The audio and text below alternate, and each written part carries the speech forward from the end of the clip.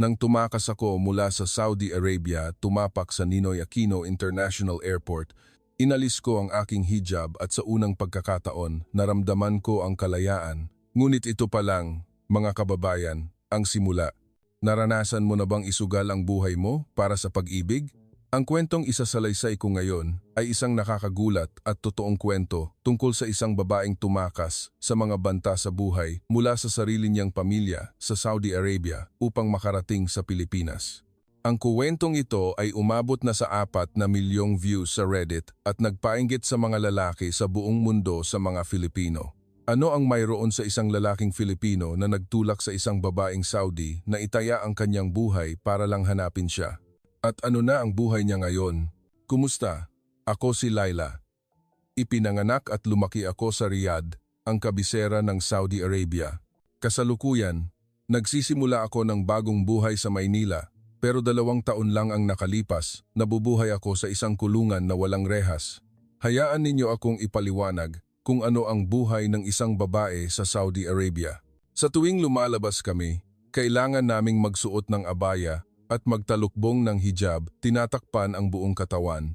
Hindi kami maaaring pumunta sa ospital nang walang kasamang lalaking tagapangalaga, bagamat pinahintulutan na ang mga babae na magmaneho kamakailan, marami pa ring mga paghihigpit, at ang pagpunta sa ibang bansa ay imposible nang walang pahintulot ng aming ama o asawa. Nagtapos ako sa King Saud University at matatas akong interpreter sa Ingles at Filipino. Ngunit lahat ng kakayahang iyon ay nawalan ng kabuluhan dahil kailangan kong mamuhay ng limitado.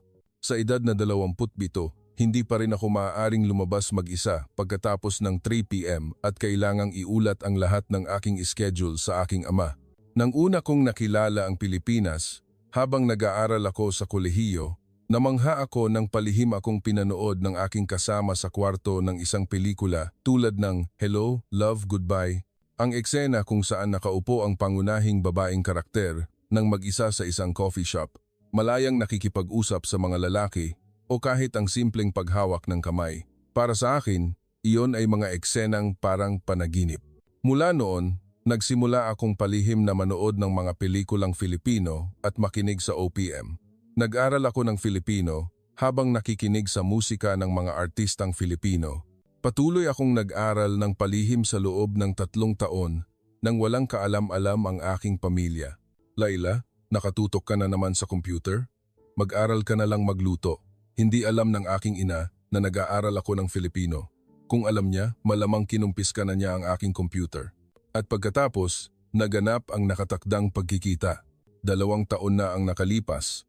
Habang nagtatrabaho ako bilang interpreter sa isang international trade fair, nakilala ko si Marco, isang empleyado ng isang kumpanya ng kalakalan mula sa Pilipinas. Mula sa unang tingin, iba na siya. Kumusta? Ako si Laila, ang interpreter. Kumusta? Ako si Marco, mula sa Pilipinas. Tiningnan lang ako ng ibang mga dayuhan bilang isang ordinaryong empleyado, ngunit iba si Marco. Direkta siyang tumingin sa aking mga mata habang nagsasalita at tinanong pa ang aking opinyon. Matiyaga pa siyang naghintay na matapos ako sa pagsasalita. Tungkol sa contract term na ito, ano sa tingin mo, Laila? Dahil ikaw ang pinakamatalas sa lokal na sitwasyon. Nang marinig ko ang mga salitang iyon, labis akong nagulat. Sa Saudi Arabia, halos hindi nagtatanong ng opinyon ang mga lalaki sa mga babae, lalo na sa negosyo. Ang galing mo mag-Filipino. Paano ka natuto? Sa totoo lang, mahilig ako sa mga pelikula at OPM ng Pilipinas kaya nag-aral ako ng palihim. Nang ginamit ko ang salitang palihim, bahagyang nalungkot ang ekspresyon ni Marco. Pagkatapos, maingat siyang nagtanong, "Palihim? Bakit kailangan mong mag-aral ng palihim?"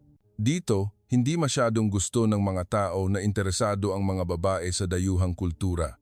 Tahimik akong tiningnan ni Marco sa loob ng ilang sandali. Sa kanyang mga mata, wala akong naramdamang awa, kundi sinseridad na gustong umunawa. Kung gayon, kahanga-hanga ka dahil hindi ka sumuko at nag-aral ka pa rin sa kabila ng mahirap na kapaligiran. Iyon ang pinakanakakaengganyong pahayag na narinig ko sa buong buhay ko sa Saudi Arabia.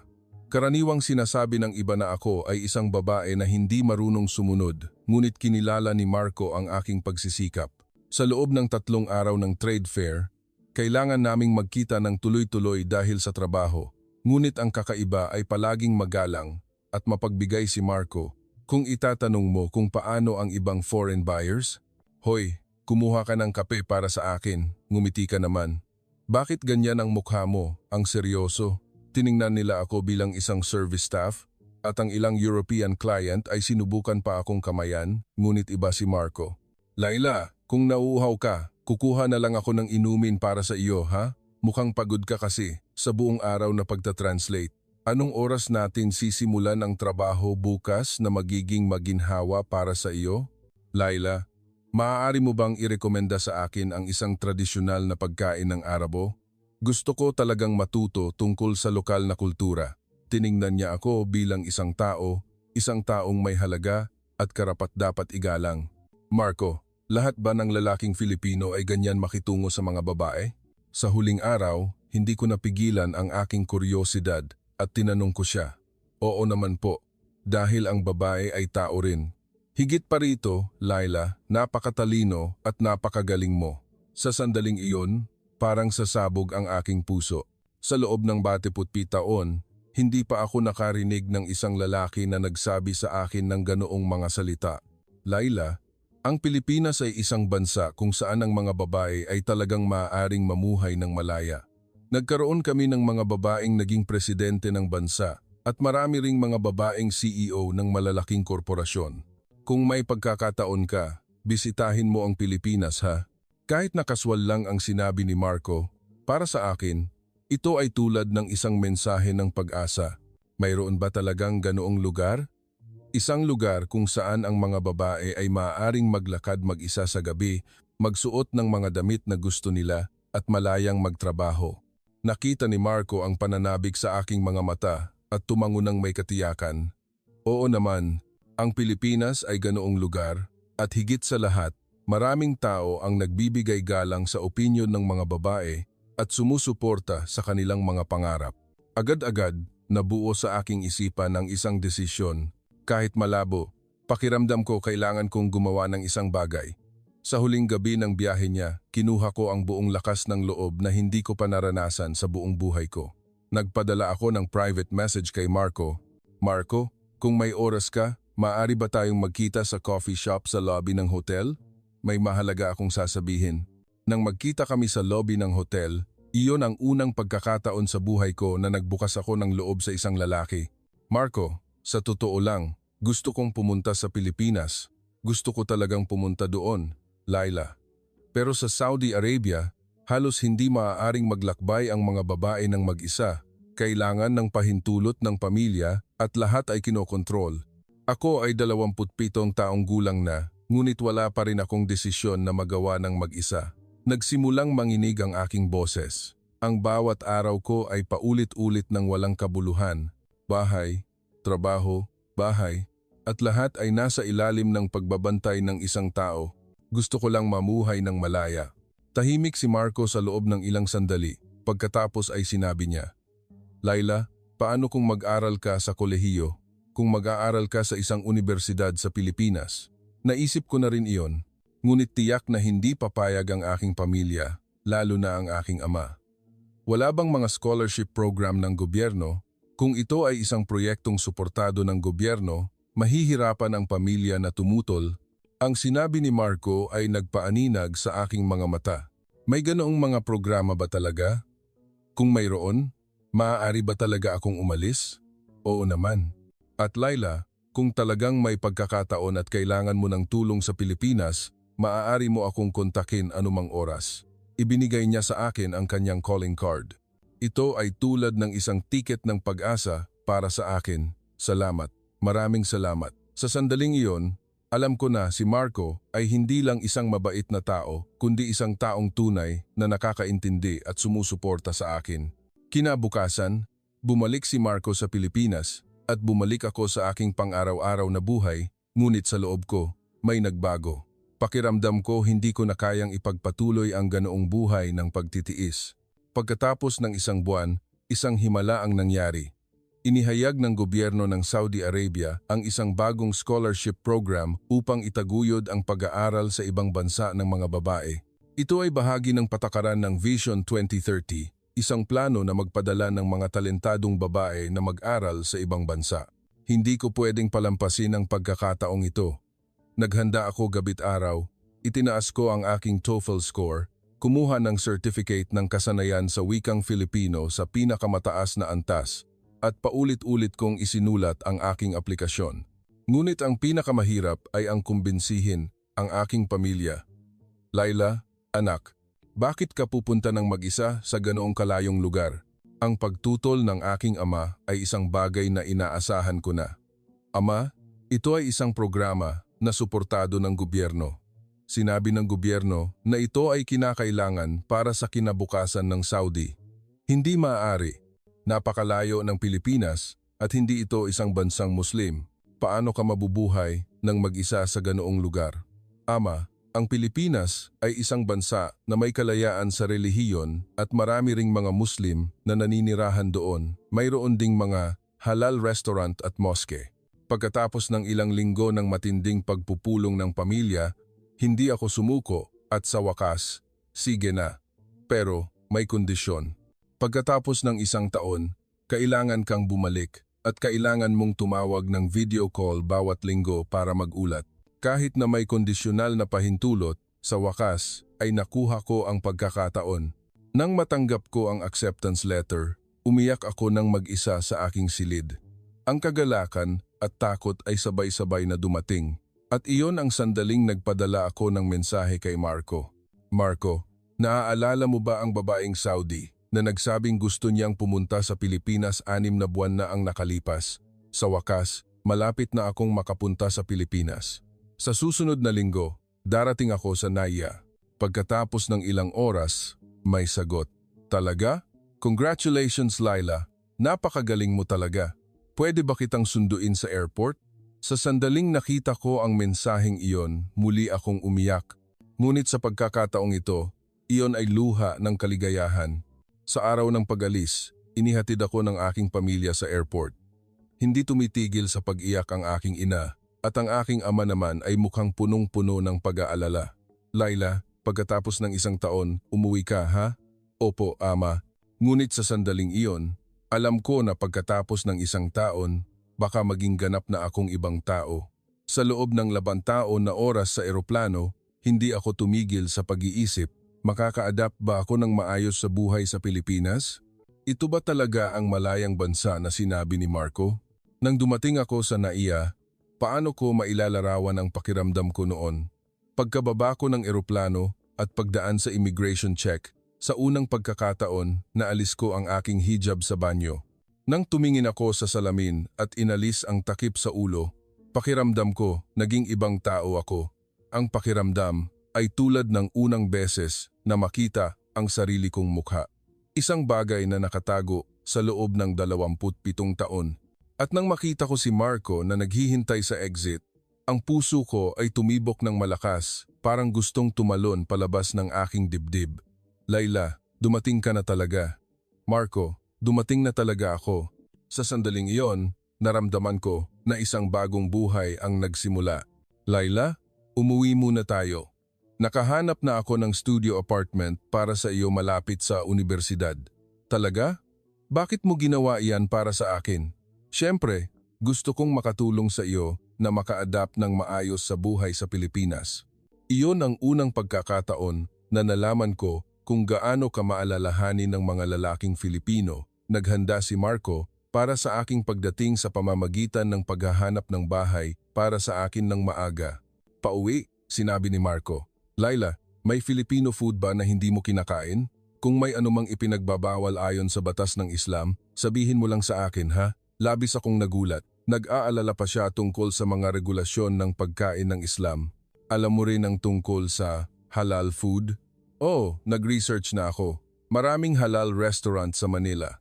Subukan natin bukas ha? Sa sandaling iyon, sigurado ako na si Marco ay isang talagang espesyal na lalaki. Ngunit ang buhay sa Pilipinas ay hindi laging madali. Ang unang culture shock ay nangyari sa unang araw sa unibersidad. Dayuhan ka ba? Saang bansa ka galing? Galing ako sa Saudi Arabia. Oh, yung bansang may maraming langis, di ba?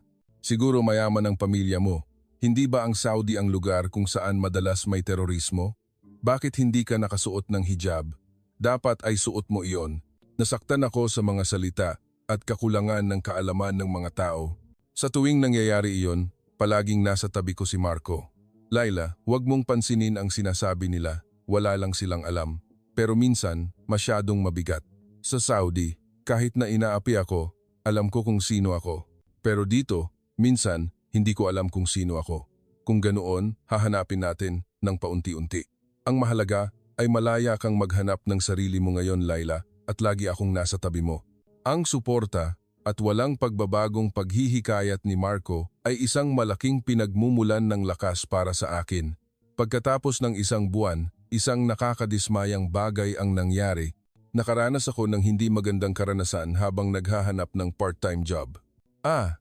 Hindi kami kumukuha ng mga dayuhan, lalo na mula sa gitnang silangan. Baka hindi maging komportable ang mga customer. Kahit na magaling akong magsalita ng Filipino, dayuhan pa rin ako. Pagkatapos ma-reject ng sunod-sunod sa maraming lugar, halos bumagsak ako. Umuwi ako at umiyak ng mag-isa. Pagkatapos, dumating si Marco. Laila, anong nangyari? Bakit ka umiiyak? Marco, baka hindi ako welcome dito. Kahit dito. Nang ikinuwento ko ang nangyari, nagalit si Marco. Iyan ay diskriminasyon, hindi iyan katanggap-tanggap. Kinabukasan, dinala ako ni Marco sa kumpanya niya. Sir, siya po ang interpreter na ikinuwento ko sa inyo. Napakagaling niya. Oh, matatas mag-Filipino ha? Plano ng kumpanya natin na palawakin ang merkado sa gitnang silangan, tiyak na kailangan namin ang tulong mo. Si Marco pa ang personal na naghanap ng trabaho para sa akin. Marco, bakit mo ginagawa ang lahat ng ito para sa akin? Laila, isa kang may kakayahan na tao. Walang katuwiran na madiskrimina ang isang tao na tulad mo. Sa sandaling iyon, napagtanto ko na hindi lang siya mabait, kundi isa rin siyang lalaking may prinsipyo. Ang pagiging responsable at makatarungan ng lalaking Filipino ay talagang kaakit-akit. Habang nagtatrabaho sa kumpanya, nakita ko ang isa pang aspeto ng lipunan ng Pilipinas. Lalo na, ang pagiging responsable ng mga lalaking Filipino sa kanilang pamilya ay labis na humanga sa akin. Si Kuya Ben, isang kasamahan ni Marco, ay gumigising araw-araw ng aking AM upang maghanda ng almusal para sa kanyang asawa at pagkatapos ng trabaho, umuwi siya para makipaglaro sa kanyang mga anak. Kuya Ben, araw-araw mo bang ginagawa iyan? Oo naman. Nagtatrabaho din ang asawa ko. Paano ko siya hahayaang mag-isa sa gawaing bahay? Ang scene na ito ay hindi maiisip sa Saudi Arabia. Sa aking bansa, ang lalaking gumagawa ng gawaing bahay ay itinuturing na nakakahiya. Si Tito Alex naman, may ugali na isinasama ang kanyang ina sa ospital tuwing Sabado at Linggo at magkakasama silang kakain dahil nag-iisa ang kanyang ina. Bilang anak, dapat lang nagawin ito. Nang masaksihan ko ang filial piety at sense of responsibility ng mga lalaking Filipino sa pamilya, mas lalo kong minahal ang kulturang Filipino. At isa pang charm ng lalaking Filipino na nakita ko kay Marco ay ang paggalang sa mga babae. Sa tuwing nahihirapan ako, palagi niyang tinatanong muna ang aking opinyon. Laila, ano ang gusto mong gawin? Kung may maitutulong ako, sabihin mo lang ha? Hindi niya ipinapataw ang kanyang sariling pag-iisip, kundi sinusubukan niyang unawain muna ang gusto ko. Pagkatapos ng 3 buwan sa Pilipinas, dumating ang pinakamalaking krisis. Tumawag ang aking ama ng urgent. Laila, umuwi ka na agad. Gusto kang pakasalan ng anak ng clan ng Al-Arasan. Ama, nag-aaral pa po ako. Tama na ang pag-aaral. Oras na para magpakasal. Ang clan ng Al-Arasan ay isang malaking pamilya. Malapit sa atin, hindi na ito pwedeng ipagpaliban. Pero ama, ayaw ko pang magpakasal. Hindi mahalaga kung ano ang gusto mo. Desisyon na ito ng pamilya. Pagkatapos ng tawag na iyon, labis akong nawalan ng pag-asa. Sa huli, kailangan ko pa ring bumalik sa Saudi. Kailangan ko bang isuko ang kalayaan na nagsisimula pa lang akong matagpuan? Nang ikuwento ko ito kay Marco, nakakagulat ang kanyang reaksyon. Laila, ang kasal ay desisyon mo. Hindi ka pwedeng pilitin ng iba. Pero sa Saudi, hindi ganyan. Ang pamilya ang nagpapasya sa lahat. Kung ganoon, ano ang gusto mong gawin, Laila? Gusto mo ba talagang bumalik? Hindi po. Gusto kong manatili dito, pero hindi ko kayang suwayin ang pamilya ko. Sa sandaling iyon, sinabi ni Marco ang isang bagay. Tutulungan kita, Laila. Anumang paraan, hahanap ako ng paraan. Marco, pero napaka-komplikado nito. Ayos lang kung komplikado. Ang kaligayahan mo, Laila, ang mahalaga. Sa pagdinig ng mga salitang iyon, uminit ang aking dibdib. Handa ba ang lalaking ito na gawin ang lahat para sa akin? Talagang tinulungan ako ni Marco. Una, pumunta siya sa isang abogado sa Pilipinas upang magtanong tungkol sa aking sitwasyon at nag-research din tungkol sa patakaran ng gobyerno ng Pilipinas sa pagprotekta sa mga refugee. Laila, una sa lahat, nakahanap ako ng paraan upang i-extend ang student visa mo. Kung mag-aaral ka ng master's degree, maaari ka pang manatili ng 2 taon. Talaga? Oo. At kung may mangyaring mapanganib na sitwasyon, may paraan pa rin para protektahan ka ng gobyerno ng Pilipinas. Sa pagmasid sa masigasig na tulong ni Marco, natuklasan ko ang isa pang charm ng lalaking Filipino, ang determinasyong harapin ang problema ng direkta, nang hindi umiiwas at ang dedikasyon na gawin ang lahat para sa taong mahal niya. Pagkatapos ng 1 linggo, isang mas malaking krisis ang dumating. Nag-ulat ang aking ama na siya mismo ang pupunta sa Pilipinas. Laila, bukas pupunta ako sa Pilipinas. Susunduin kita pa uwi. Nang matanggap ko ang tawag mula sa aking ina, nataranta ako. Marco, anong gagawin natin? Kung dumating si ama, tiyak na kailangan kong bumalik. Laila, kumalma ka muna. Maaari nating ayusin ito. Pero hinding-hindi makikinig si ama sa opinyon ko. Sa sandaling iyon, nagbigay si Marco ng isang nakakagulat na suhestiyon. Laila, pupuntahan ko ang ama mo. Ano? Diretso akong makikipag-usap sa kanya kung gaano kaganda ang buhay mo sa Pilipinas at kung gaano kakahalaga. Marco, mapanganib iyan. Tiyak na magagalit si ama. Huwag kang mag-alala. Mahal kita ng totoo, Laila, at gusto ko na ring formal na ipakilala ang sarili ko sa iyong ama. Sa sandaling iyon, napagtanto ko na mahal ako ni Marco ng totoo at kung gaano kasinsero ang pag-ibig na iyon.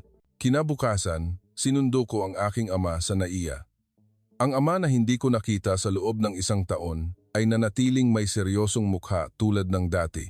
Laila, masyado kang nagbago. Anong ibig sabihin ng hindi nakasuot ng hijab? Ang unang salita ng aking ama ay isang pagtutol. Ngunit hindi na ako ang dating ako. Ama, masaya po ako ngayon. Kaligayahan ba ang iwan ng pamilya para mamuhay ng mag-isa ng ganito? Hindi ko po iniwan ang pamilya. Hinahanap ko lang po ang pangarap ko. Sa sandaling iyon, lumitaw si Marco. Magandang hapon po, Tito. Ako po si Marco, kaibigan ni Laila. Nakita ng aking ama si Marco at malamig na sinabi, "Kaya pala, ikaw ang nag-udyok sa anak ko, hindi po, ama." Si Marco ang taong laging tumutulong sa akin. Tito, iginagalang ko at mahal ko ng totoo si Laila. Gusto ko pong makita ninyo kung gaano kahusay at ganap na nagbago si Laila sa Pilipinas. Nang makita ko ang matuwid na tindig ni Marco, labis akong nagmalaki sa kanya. Ang sumunod na mga araw ay parang impyerno. Ganap na hindi pinansin ng aking ama si Marco at araw-araw akong pinilit na umuwi. Laila, mag-impake ka na. Umuwi ka na bukas. Ama, hindi po ako makakabalik. Sinasayang mo ang pamilya, Laila. Kahit anong gawin ni Marco, ayaw makipagkita ng aking ama. Tito, bigyan niyo lang po ako ng pagkakataong makipag-usap. Wala akong sasabihin sa iyo. Ano ang sasabihin mo? Ikaw na sumira sa anak ko. Lumipas ang 1 linggo, hindi bumuti ang sitwasyon, lumala pa. Kinuha ng aking ama ang aking passport at nag-book ng plane ticket para sa akin nang hindi ko alam. Ama, pakinggan niyo po ako kahit minsan lang. Ayaw kong makinig, sa Sabado ang flight. Nang gabing iyon, labis akong nawalan ng pag-asa. Iniisip na tapos na ang lahat ngunit hindi sumuko si Marco. Kinaumagahan, nawala si Marco. Hindi ko siya makontak. Hindi ko alam kung saan siya pumunta. Kahit ang aking ama ay hindi alam. Laila, saan nagpunta ang lalaking iyon? Hindi ko po alam, ama. Bigla na lang po nawala. Hinahanap ko si Marco buong araw, ngunit walang balita. Ngunit pagdating ng gabi, lumitaw si Marco. May hawak siyang isang malaking folder ng mga dokumento. Marco, saan ka galing? Sobrang nag-alala ako. Laila, may gusto akong ipakita sa ama mo. Ang inilabas ni Marco mula sa folder ay isang kopya ng Quran na isinalin sa Filipino. Ngunit hindi lang ito isang ordinaryong pagsasalin, ito ay isang kopya na isinulat niya mismo ng buo. Ano ito? Tito, simula kahapon, inuupuan ko ang pagsusulat ng Quran. Gusto kong maintindihan ang relihiyon at kultura ni Laila. Nakita ng aking ama ang sulat kamay at labis na nagulat. Ikaw mismo ang sumulat ng lahat ng ito? Opo. Isinulat ko po ng may buong sinseridad at gusto ko rin pong matuto pa tungkol sa Islam. Nang tumingin ang aking ama sa maayos na sulat na puno ng sinseridad ni Marco, unti-unting nagbago ang kanyang ekspresyon. Lalaki, talagang may puso ka. Opo, tito, para lang makasama si Laila, handa akong matuto ng kahit ano.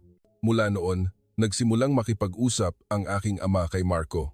Sige, sagutin mo ang tanong ko. Opo, sige po.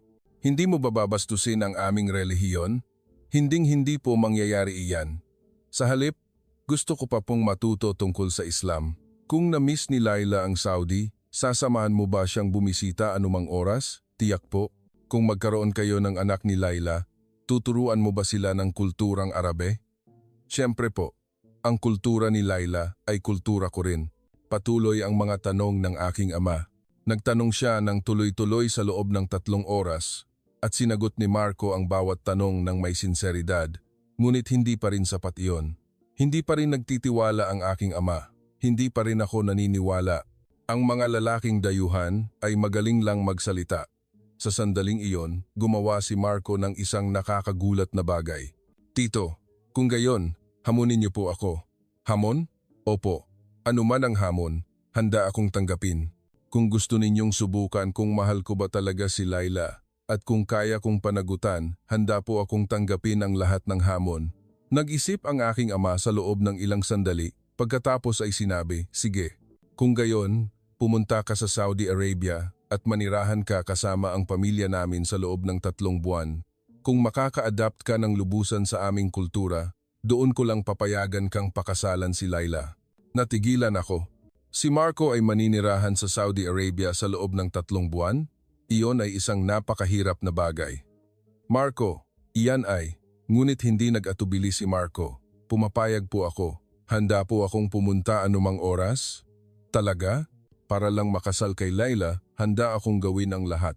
Pagkatapos ng 2 buwan, talagang pumunta si Marco sa Saudi Arabia. Ako ay naiwan sa Pilipinas, ang puso ko ay parang nasusunog. Ang buhay ni Marco sa Saudi ay talagang mahirap. Ang temperatura ay higit sa 40 degrees C, ang kultura ay ganap na iba at ang mga pag-uusap ay nasa Arabe lang. Laila, talagang mahirap pero hindi ako susuko. Tumawag kami ng video call gabi-gabi. Mukhang pagod na pagod si Marco, ngunit hindi siya nagreklamo kailanman. At ang nakakagulat ay nangyari. Ganap na naka-adapt si Marco sa buhay sa Saudi. Unti-unti siyang natuto ng Arabe, naintindihan ng lokal na kultura, at nakipag-usap pa tungkol sa negosyo sa aking ama. Laila, sinabi ng ama mo na si Marco ay isang talagang espesyal na lalaki. Iginagalang niya ang ating kultura at masikap na nag-aaral. Nang marinig ko ang mga salitang iyon mula sa aking tiyuhin, labis akong nagmalaki sa kanya. Pagkatapos ng 3 buwan, nang bumalik si Marco sa Pilipinas, kasama niya ang aking ama, Laila. Totoo ang lalaking iyon. Sinundan ko siya sa loob ng 3 buwan. Mahal ka niya ng totoo. Iginagalang ang ating kultura at napakaresponsable. Sa wakas, nagbukas ang puso ng aking ama. Marco, ngayon tinatanggap kita bilang manugang ko. Alagaan mo si Laila. Ama, maraming salamat po. Gagawin ko pong masaya si Laila habang buhay. Sa sandaling iyon, tumulo ang aking luha. Mahaba at mahirap ang paglalakbay. Ngunit sa wakas, nakuha ko ang pahintulot ng aking ama. Bago umuwi ang aking ama, sinabi niya sa akin sa huling pagkakataon, Laila, ang lalaking pinili mo ay mukhang mabuti talaga. At ang bansang tinatawag na Pilipinas ay mukhang mas maganda kaysa sa inaakala ko. Opo, ama. Pero huwag mong kalilimutan ang pinanggalingan mo. Anak ka pa rin ng Saudi Arabia. Opo, ama, hinding-hindi ko po kalilimutan. Pagkatapos umuwi ng aking ama, formal kaming naging magkasintahan ni Marco At pagkatapos ng 6 na buwan, nagdaos kami ng isang maliit na kasal sa Pilipinas. Sa araw ng kasal, sinabi ng mga magulang ni Marco sa akin, "Laila, anak, isa ka na ngayon sa aming pamilya. Kung may anumang problema, sabihin mo lang sa amin, ha? Salamat po, Mama, Papa, at pakialagaan mo ang Marco namin, ha?" Medyo clumsy siya. Ang sinabi ng ina ni Marco ay nagpatawa sa lahat. Ang buhay mag-asawa sa Pilipinas ay napakasaya. Sa tuwing nagluluto ako ng pagkaing Arabe, pinupuri ni Marco na masarap at natuto rin akong magluto ng adobo. "Mahal, ano ang kakainin natin ngayon? Filipino food o Arabi food? Pareho na lang, ha?" Ang ganoong maliliit na pag-uusap ay isang malaking kaligayahan para sa akin. Pagkatapos ng 1 taon, ayon sa pangako, bumisita ako sa aking pamilya sa Saudi Arabia. Lahat ay nagulat. "Laila, napakasaya ninyong dalawa." "Opo, inay. Talaga pong masaya ako. Ang manugang mong Filipino ay mabait talaga. Maalaga siya sa Laila namin." Si Marco rin ay ganap na nakasama sa buhay sa Saudi. Natutunan niya ang mga pagbati sa Arabe at sinubukan niyang sumunod sa mga lokal na kaugalian. "Marco, maraming salamat. Mahal na mahal ka ng pamilya ko. Siyempre, dahil pamilya mo sila." Kasalukuyan, nagtapos ako ng master's degree sa Pilipinas at nagtatrabaho sa isang Filipino Middle Eastern Cultural Exchange Center. Ginagampanan ko ang papel ng tulay sa pagitan ng dalawang kultura. Iyon ang aking pangarap. At kamakailan lang, may isang napakasayang balita. 3 buwan na akong buntis. "Mahal, ang anak natin. Tuturuan natin siya ng Filipino at Arabe, ha? Kung isasama pa ang Ingles, 3 wika. Magiging confident ang anak natin na mabuhay saan man sa mundo.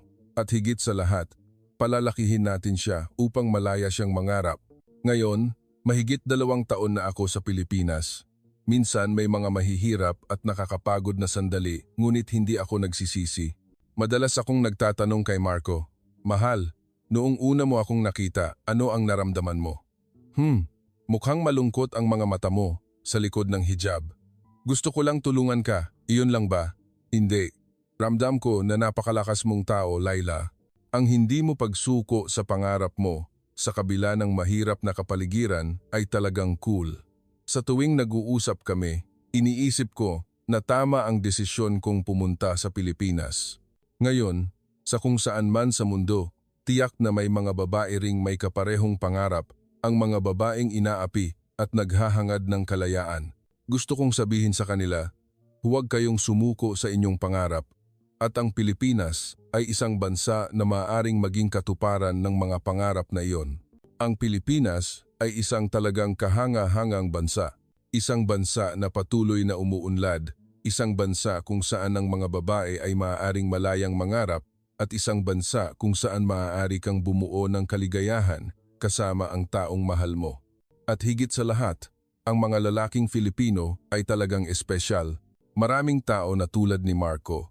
Mga taong nagbibigay galang sa mga babae, responsable at may prinsipyo, at mayroon silang dedikasyon na gawin ang lahat para sa taong mahal nila.